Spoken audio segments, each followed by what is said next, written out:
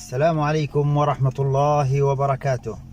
فيديو جديد وتفاصيل مسلسلين رمضانيين جديدين للفنان المتألق والكوميدي صلاح الوافي، حيث صرح الفنان صلاح الوافي في بث مباشر له على الفيسبوك أنه سيتواجد في هذا الموسم في مسلسلين مختلفين وفي قناتين أيضا مختلفتين. مسلسل في قناة السعيدة ومسلسل في قناة يمن شباب بإذن الله تعالى. مسلسلين السنة إن شاء الله إذا أراد الله. نعودكم على غياب السنة الأولى. وإن شاء الله في هذا الفيديو سنتحدث عن تفاصيل المسلسلين. وقبل ما نبدأ في التفاصيل لا تنسوا زر اللايك والاشتراك في القناة وتفعيل زر الإشعارات ليصلكم كل جديد.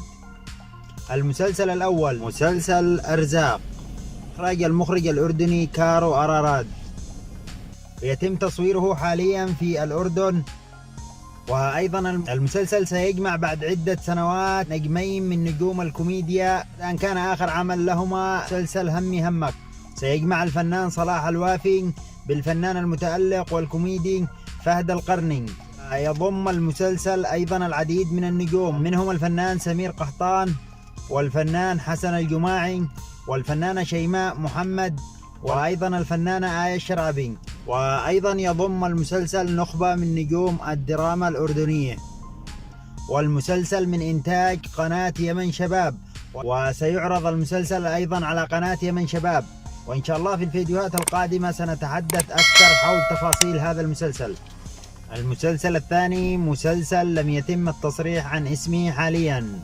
المسلسل من إخراج وكتابة المبدع محمد فاروق، مخرج مسلسل تكتيك في العام الماضي الذي حقق نجاحا كبيرا ونقلة نوعية في الدراما اليمنية. والمسلسل من بطولة النجم المتألق صلاح الوافي والفنان سمير قحطان والفنان حسن الجماعي، وأيضا من تمثيل وديكورات وإكسسوارات الفنان نزار السنفاني. وأيضا يضم الفنان زين العابدين أبلان وغيرهم الكثير من النجوم. ويتم تصوير المسلسل حاليا في حضرموت وفي سيئون، وسيعرض المسلسل على قناة السعيدة. وإن شاء الله سنوافيكم بتفاصيل كاملة حول المسلسلين في الفيديوهات القادمة، فلا تنسوا الاشتراك بالقناة وتفعيل زر الإشعارات ليصلكم كل جديد. وألقاكم بإذن الله على خير.